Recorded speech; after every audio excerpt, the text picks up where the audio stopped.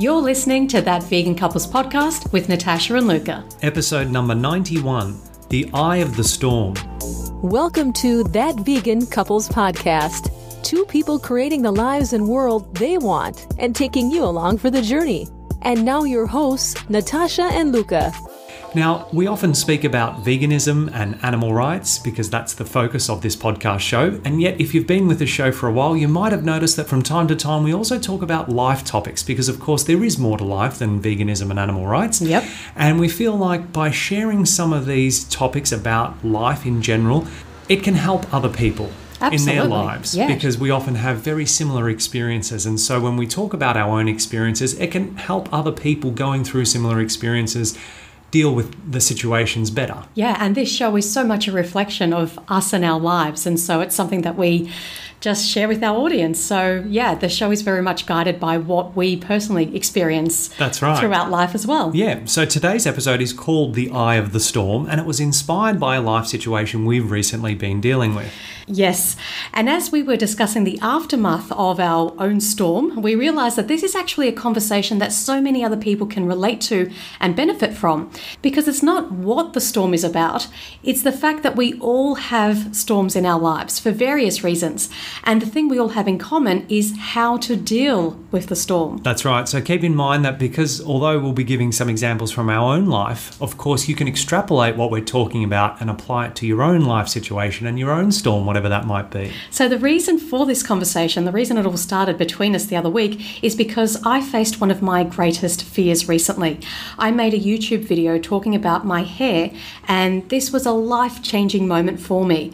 Now, I'm not going to get into all the details about this because everything I want to say about the issue is in the YouTube video, so people can go back and watch that. But what I will do is talk about the storm, if you like, and how I dealt with going into the storm, being in the storm, and coming out of it. And I've gone through my own storms in the past, as has everyone. And as you were working through your storm, I could see so many similarities with my own previous situation. There's one that comes to mind in particular, which we'll talk about later on. Yeah. And I think this is what our listeners will be able to recognize throughout this episode. You know, the subject of our storms might be different, but they're all still storms.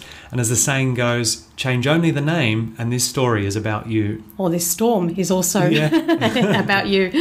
Okay, so I'll just start by saying that the reason I was so inspired to record this episode is because the aftermath of dealing with my storm has been absolutely fabulous.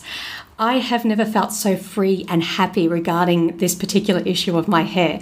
And I want people to understand that it's worth it. You know, for all the hell that it may raise in your life and all the what ifs that come up in our minds and all the drama that follows, it's absolutely totally worth it. I personally feel totally free, and it was one of the best decisions I've ever made.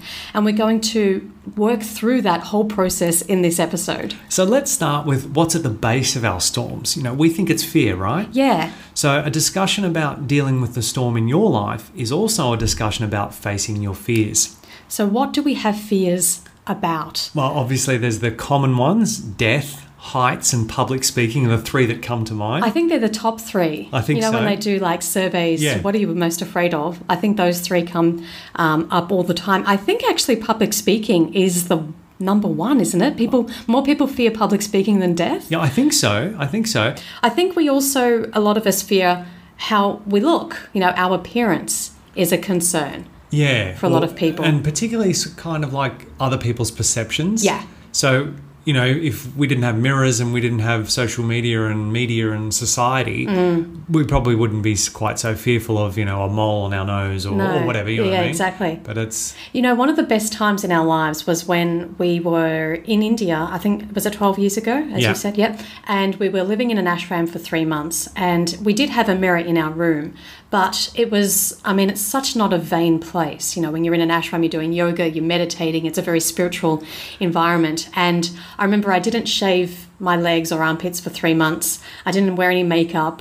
It was just no concern about how I looked. And the only time I really looked in the mirror was the mirror was there in the bathroom. So when you're brushing your teeth or flossing your teeth or you're having a shower, but that was it.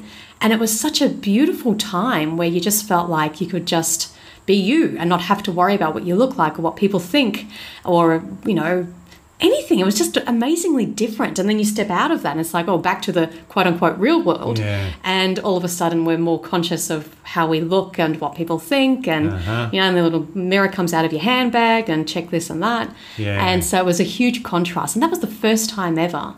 And I think you stopped shaving, didn't you? You grew a beard. Yeah. And I grew my leg and armpit hair. And I grew my hair as well. You did. Yeah, we just went totally...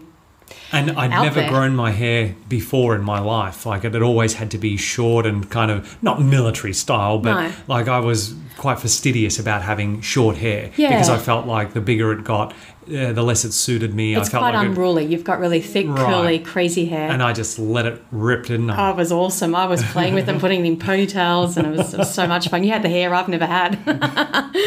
So not ponytails, but buns. You had a man bun. Yeah, sorry. I don't wear ponytails. I wear man buns. Excuse me. I was living vicariously through your hair. Being alone. I think a lot of people fear being alone. Yeah. Sitting with yourself can be scary sometimes, can't it? Yes, that's what a lot of people who want to practice meditation or vipassana, like a 10-day meditation retreat, fear committing to it because they don't want to be alone with themselves for that period of time. They need some kind of external stimuli or distraction, be it other people, be it TV, be it a laptop, your phone, whatever. It's so much easier just to distract yourself rather than sit with yourself, and that says a lot. It does, because what are we afraid of finding within and having those internal conversations and that that internal analysis and being honest with ourselves. I think that can be very scary. For sure. It's easier just to surround yourself with friends all the time and be on the go and keep the mind active. Yes, and do you think this one ties into the fear of what other people think, in that if you were more comfortable with yourself, you'd potentially care less about what other people think. But if you're scared about being alone with yourself because of what you might uncover in the deep, dark corners of your mind, if you